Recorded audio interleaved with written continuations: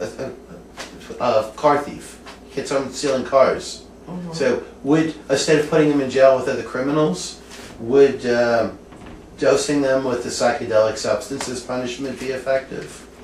Not as punishment. If you want to use MDMA and emphasize the experience of the owner of the car, he might be forced into empathy, which if he was unfamiliar with empathy, then that could be an important experience, which would keep him from taking things that didn't belong to him. So your answer is basically yes. Not as punishment, but as education. So say rehabilitation instead of punishment. Rehabilitation, but I don't know of Habilitation. too many. But MDMA is the only drug that I can think of which can consistently produce an experience of empathy. So I'm not too sure that most other drugs would be effective. I read about an African tribe that for transgressions that weren't extremely serious, they would force the offender to smoke marijuana until they passed out. Oh. And I don't remember what tribe that was, but Interesting idea. Maybe if nothing else, it enforces in the person's mind that they have to trust their tribe, because if you're going to be passed out, you know, people pass out at parties over the years have suffered consequences via Sharpies and such. I suppose. Yeah, right. It depends. Even the car thief. If you have a true sociopath, it's not going to work. Okay. Because those people don't. There's a glitch in their brain somehow that does not allow them to empathize. So that wouldn't work. As punishment or anything else, nah. Okay. This question is from Phil Stebbing of the Lifeline.tv. Where do you see human evolutionary consciousness heading?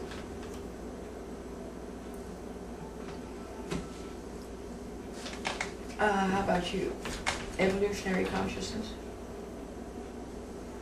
What is evolutionary consciousness? Well, where do you think a human consciousness is going to keep transforming and evolving better, or go downhill? Differently, continuously.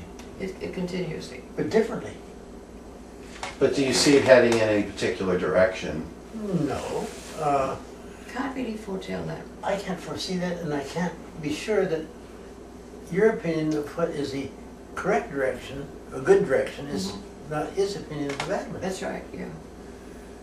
But you don't see any particular path as being I think likely. we are what people have been for millions of years, and what will continue to be for millions of years if we leave laws away from drugs. Drugs away from laws. Don't put laws on drugs.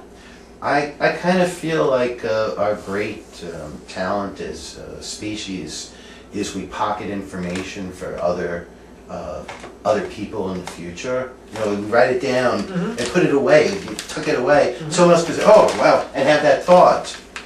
But we have so much accumulation of knowledge, but still the same brain. It's like it's almost too much to, you can't. It's too much for one brain to integrate. So I don't know how.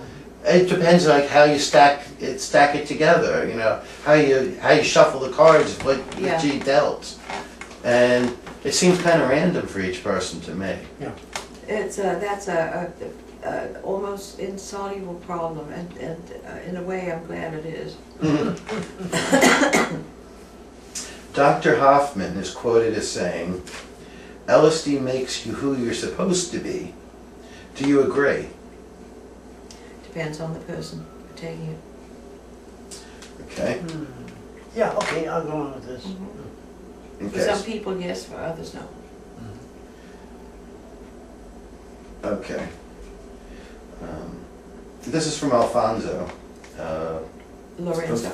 No, Alfonso from Spain. Oh, Alfonso, Oh, oh, yeah. God, okay, right. He asked, in the LSD recipe in Tihkal, you wrote that a totally pure salt, when dry and when shaken in the dark, will emit small flashes of white light. Why does this happen, and is this a decomposition process? I would say that if there's any decomposition, it's going to be trivial. And that would be from the light itself? From the source of the light, the generation of the light, we would consume a microscopic amount of material. That would say be trivial. Okay. And the light, though, is a consequence of just the clash of Friction? Well, What's friction static? in a sense, yes. Friction in the sense of it causing static. Right. Like you would find, say, I saw a thing on the Dust Bowl years in the Midwest, and when the dust was blowing heavy and it hit across barbed wire, it would send sparks off from the barbed wire, from the friction built up. Okay. But there's bioluminescence in nature. Are you sure there isn't some sort of form of The bioluminescence? bioluminescent nature is the same sort of light generation. And this is related to shaking, so we are putting kinetic energy in. But nature Where- shakes things, and they Where bioluminescence, as far as I know, isn't related to kinetic energy being put into it. It's No. no. It's part of, like, I'm thinking of sea creatures who emit light. yeah, It's just part of the equipment, I guess. right. But in this case, with the shaking the LSD crystals, it's a non-living Yeah, I matter. suppose So so, yeah. okay, it's just friction-related static giving off light, and then the only degradation would be the light flashes affecting the product the way light would affect something. Okay.